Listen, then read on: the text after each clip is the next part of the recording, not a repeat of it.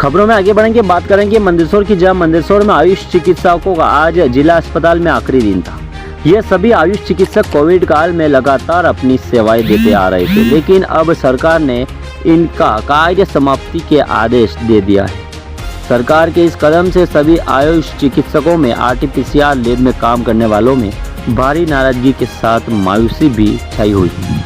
जी हाँ, लैब भी आज से बंद कर दी गई है। आयुष चिकित्सकों का कहना है कि पहले जब हमने कोविड के दौरान अपनी सेवाएं दी तो लोगों ने हम पर फूल बरसाए, हमारा सम्मान किया, हमें योद्धा भी कहा, लेकिन अब सरकार ने सीधा सा जवाब दे दिया है कि सरकार के पास आयुष चिकित्सकों को तनख्वाह देने का बजट नहीं है। वैसे देखा जाए तो जिला अस्पताल प्रांगण में इन सभी आयुष चिकित्सकों ने सरकार के खिलाफ जमकर नारेबाजी और नौकरी की मांग भी करी है। अब देखना यह होगा कि सरकार इनकी मांगे कब तक सुनती है। MP crime alert news, bureau report, Mandsaur.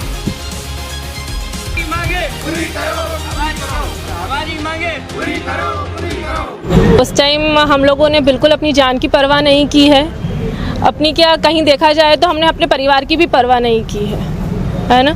तो यही है कि गवर्नमेंट से यही कहना चाहेंगे कि उस टाइम जब हम आपके काम आए थे और आज आपका काम खत्म हो गया है तो आप हमें यूज एंड थ्रो की तरफ फेंके ना। ये हम नहीं कह रहे हैं, ये गवर्नमेंट की पॉलिसी लग रही है कि शायद अब वापस कोरोना नहीं आएगा, तभी उन्होंने हमें लेटर दे दिया है। अभी हम शांतिपूर्वक तरीके से अपनी मांगे जो है गवर्नमेंट के सामने रख रहे हैं। अगर गवर्नमेंट इन मांगों पर ध्यान नहीं देती है तो फिर ये चीज़ ऊंचे लेवल पर जाएगी और आंदोलन तक भी जाएगी। आयुष मेडिकल ऑफिसर हूँ। कोविड में हमारी नियुक्ति हुई थी और मैं मार्च 2020 से आज तक अपने साथियों के साथ सेवा दे रहा हूँ। निरंतर 2 साल हो गए हैं। और एक समय था जब कोविड की शुरुआत थी, हर व्यक्ति कोविड वायरस से डर भी रहा था।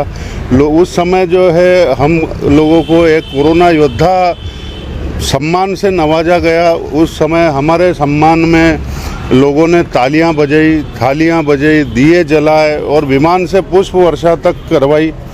और आज जो है सरकार ने 2 साल बाद कोरोना की लगभग तीसरी लहर निपट चुकी है। कोविड के नाम पे जो है सरकार ने जो है हमको एक वो सरप्राइज लेटर दिया है, जिसमें हवाला दिया गया कि अब आपके मानदेय देने के लिए हमारे पास पैसा नहीं है, बजट नहीं है, अब आप घर जाइए।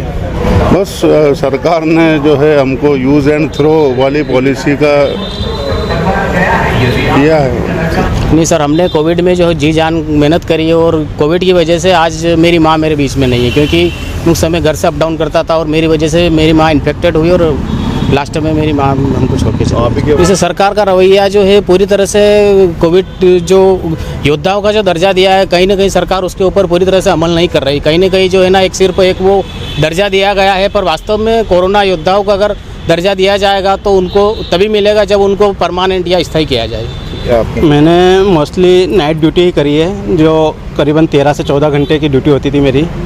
और उसी नाइट ड्यूटी करने के बाद जब घर जाता था तो पिताजी और माताजी के साथ में रहते थे। उन्हीं के दौरान पिताजी भी पॉजिटिव हुए हैं, हो सकता है मेरी गलती की वजह से हुए हों। और यही मंदसौर जिला चिकित्सालय में एडमिट कराया गया था, जिसका उनको बाद में इंदौर में उनके देहांत हो चुका है कोविड की वजह से। तो मैं चाहता हूँ सरकार हम जैसे लोगों की भी सुने कि जब आपका काम की वजह से हमको रखा गया था और अब जब आपका काम पूरी तरह से समाप्त हो रहा है तो आपको ऐसा लगता है कि इनकी कोई ज़रूरत नहीं है, तो हमें सुना जाए और हमें कम से कम सुविधा या परमानेंट किया जाए। अभी आरटीपीसीआर लैब एक ज़िला लेवल पे हमने एक अच्छी शुरुआत करी थी, जिसे आज मार्च 31 को ख़त्म कर दिया गया। आरटीपीसीआर लैब को बंद कर दिया गया है। और हमने इतने कम समय में, जब से आरटीपीसीआर लैब स्टार्ट हुई है, इतने कम समय में हमने करीब 1.5 लाख सैंपल मंदसौर ज़िले के टेस्ट कर दिए। जो सैंपल बाहर जा रहे थे 3-3, 4-4 दिन में जिसकी रिपोर्ट आ रही थी, हमने 24 घंटे का वादा करके दिन रात सैंपल टेस्टिंग लेके। क्या थी सैंपल टेस्टिंग में बहुत सारी रिस्क रहती है, क्योंकि ये प्रोसेस एक छोटी नहीं होती, बहुत बड़ी प्रोसेस होती है। आरटीपीसीआर एक बड़े पैमाने पे होती है प्रोसेस, जिसको हमने कंटिन्यू टाइम दे के इस प्रोसेस को हमने किया, जिसमें अधिकतम चांस होते हैं कि आप पॉजिटिव हो जाओ, क्योंकि आपको सैंपल जो कोविड सैंपल आता है उसके साथ आपको टेस्ट करना होता है। हर चीज़ का आपको ध्यान रखना पड़ता है। अगर आप पीपी पहनते हो तो उसमें मास्क लगाना, सब कुछ आपको ध्यान रख के ये प्रोसेस करनी पड़ती है। अच्छा, एक बात अभी आप कुछ दिनों से न्यूज़ में देख रहे हैं कि चाइना में और कुछ प्रदेश अभी तक लॉकडाउन कर चुके हैं। अभी तक जो चाइना जैसा एक बड़ा देश है, जो अगर लॉकडाउन हो सकता है तो इंडिया में क्यों नहीं आएगा। और इंडिया में भी कई केस डेल्टा क्रोन के मिल चुके हैं, जो एक नया वेरिएंट आया है डेल्टा और ओमिक्रॉन को मिला के, जिसके कई केसेस अभी कर्नाटक, बेंगलोर, महाराष्ट्र में आ चुके हैं। तो सही बात है कि मध्य प्रदेश में आने में ज़्यादा टाइम नहीं लगेगा उसको, नहीं बिल्कुल भी नहीं रहेगा, क्योंकि अगर सैंपल वापस से अगर बाहर जाना रहेगा 3 से 4 दिन में रिपोर्ट आएगी तो पेशेंट कहाँ जाएगा। और अगर यहाँ पे अगर उपलब्धि है RT-PCR ये है तो क्यों ना यहाँ पे टेस्ट लगाया जाए और यहीं पे रिपोर्ट दी जाए।